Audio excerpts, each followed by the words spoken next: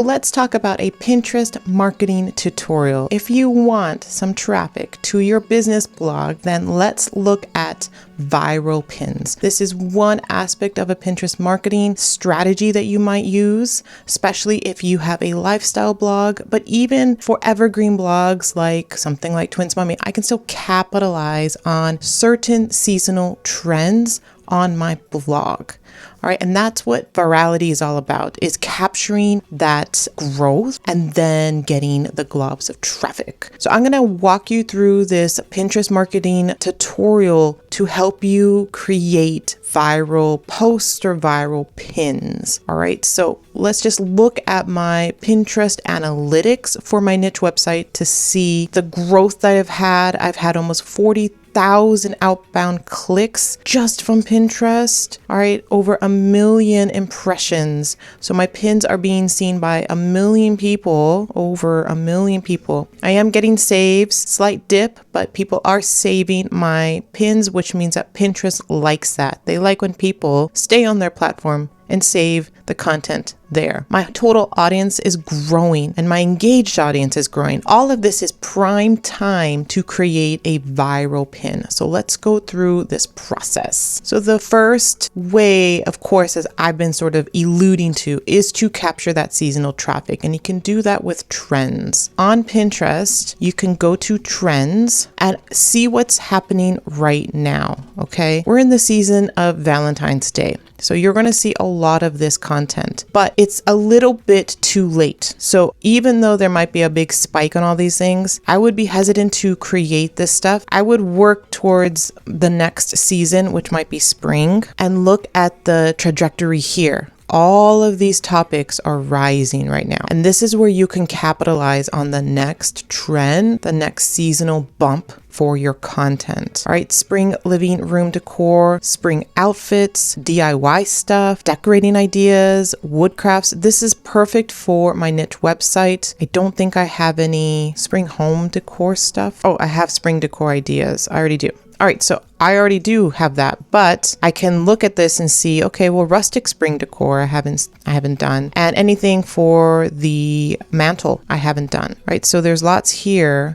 Spring centerpiece ideas has a big boost. This one has a 200% monthly change, 300 floral arrangements. All of these I can incorporate as separate blog posts or in my content. Let's click on floral arrangements. Okay, so March gets a huge bump. Not so much, but then again, starting in the January. So what's great about Pinterest is the lifespan of a pin. The lifespan of a pin can last months or years. Compare that to the lifespan of an Instagram reel, a YouTube short, or a TikTok video. They don't last very long, right? The lifespan is probably only 48 hours or something like that. You can really capitalize on trends and ensure that it will last the next year, okay? So that is one aspect of finding a topic. So I would go and pick this as my topic. And what's nice is that there's related trends that I can also capitalize on and add to my content. Spring flower arrangements, small flower arrangements, floral arrangement. All these could be subtopics.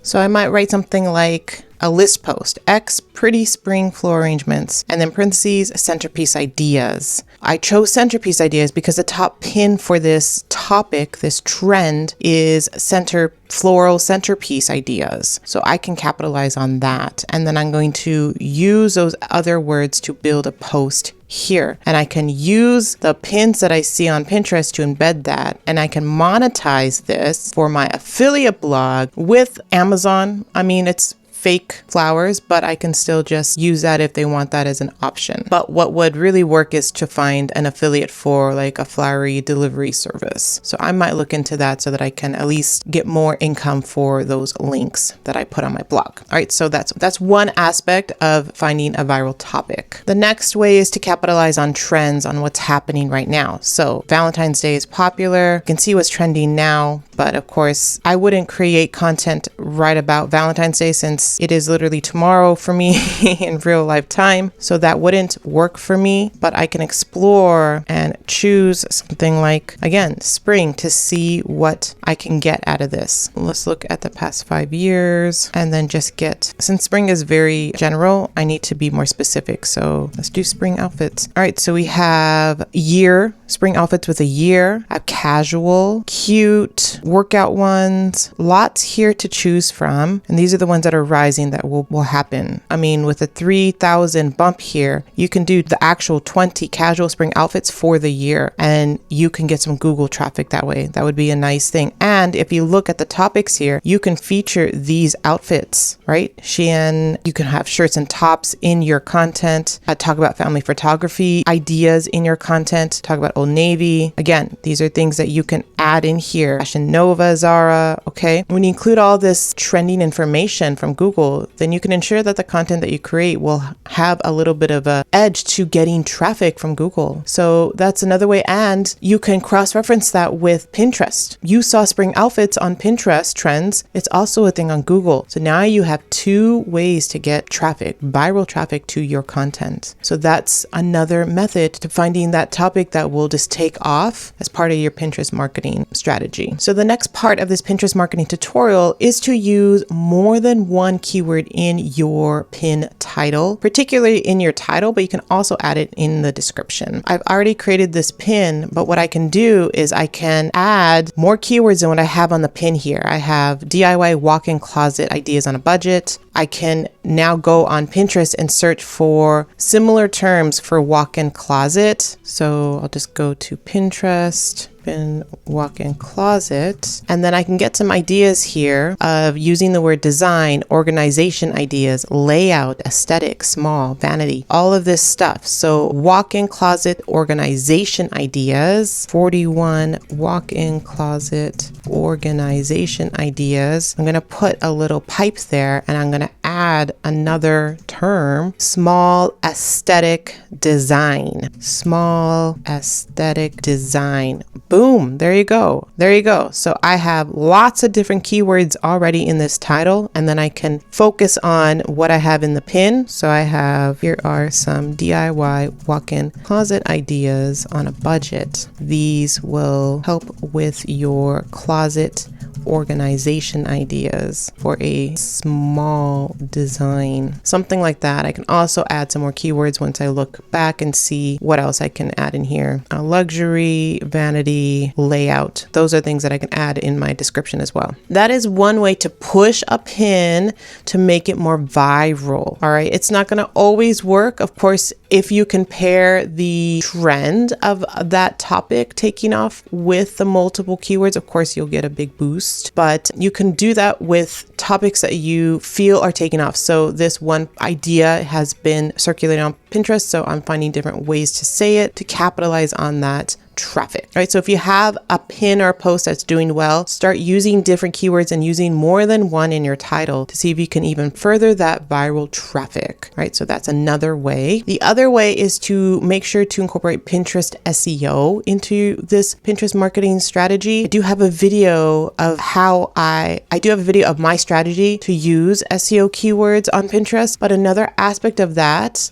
for virality in particular is to make sure you use those Pinterest SEO keywords in your blog post. So as I was saying, I'm going to use these terms in my introduction. My centerpiece needs an updo. Keep spelling that word wrong. That's a word, right? An updo. I'm all for the spring floral arrangements I've been seeing that have been popping on Pinterest. Okay, so I am in the first couple of sentences using specific keywords from Pinterest so that when you go to Pinterest and Pinterest serves up the pin, you can see a little bit of that in the description. I'll show you what I mean by that. So if we go to Pinterest, for example, on this pin, I don't know if this person didn't write a description on their pin, but Pinterest used the first few sentences of the blog post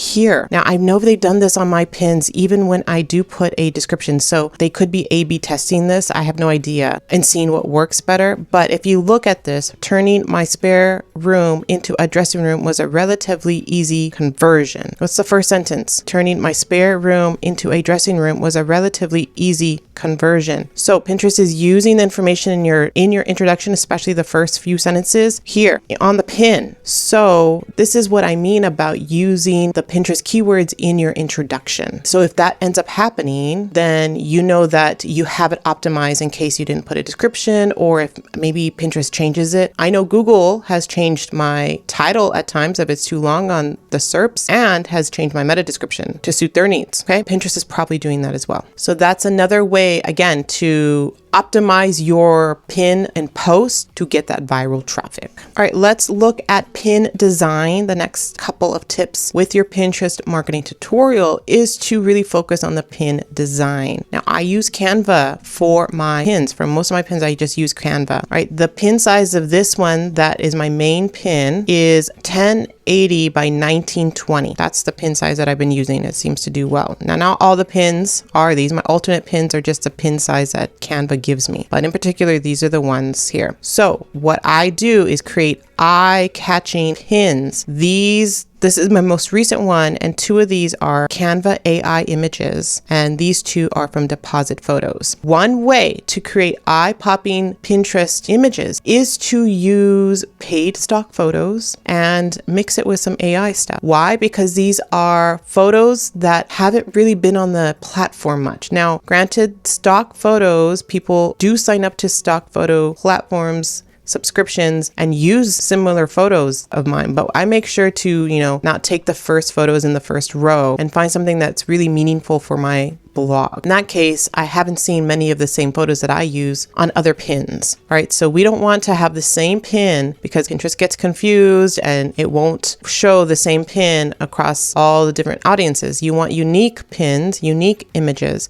and you can do that with AI. Canva has a nice AI editor. Jasper has a nice AI. You can use specific AI image editors like Midjourney, things like that if you want to play with that. I just like using the Canva AI. It's within the platform that I'm already using to create my pin. So that's what I did. So if you look at on the side here, whenever you use the AI image editor, it gives you 4 results each time. So if you keep reiterating it and iterating it, you are generally saving these on your feed here. I only wanted the 2 that somewhat represented what I was talking about, which is leather ottoman coffee table stuff. All right, so that's one way to create these eye-popping pins, a longer pin and unique images. The next way is focusing on the words you use on your pin title. You want to try to evoke an emotional response, and you do that with the words that you use to trigger them. Now, granted, I have been somewhat lazy with my pin titles and I haven't been that creative, but having certain words does help. For example, fast or easy or simple or secret. Those words seem to do well. Of course, I don't have them on any of these pins. I have epic,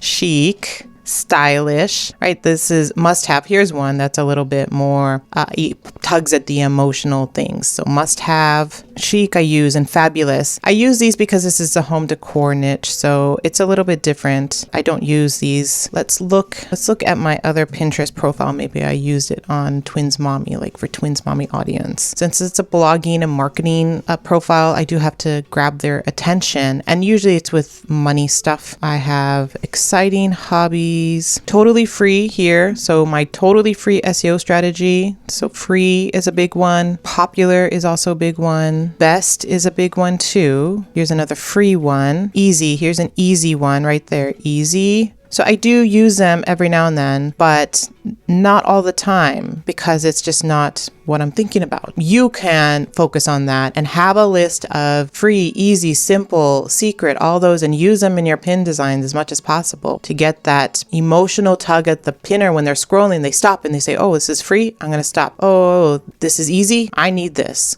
Oh, you're sharing your secrets. Ooh, I want to know, right? Those are the things that will make pinners stop scrolling and looking at your pin, at least clicking on it and hopefully going to your blog post. And then the last thing that I can recommend for your pin title is to use some form of a time frame. Having something like in 1 week, in 2 days, over the weekend. Those things seem to help, again, get people to click on it so that they know how to do this. I don't play with the time frame because I guess it's not in the back of my mind, but I do have some topics about, like back in the day, I did have some here, only 15 minutes. So here's one that it's an actual blog post idea, but I have a time frame here of 15 minutes that could bring in people that want to know how to clean a bathroom that's dirty in 15 minutes.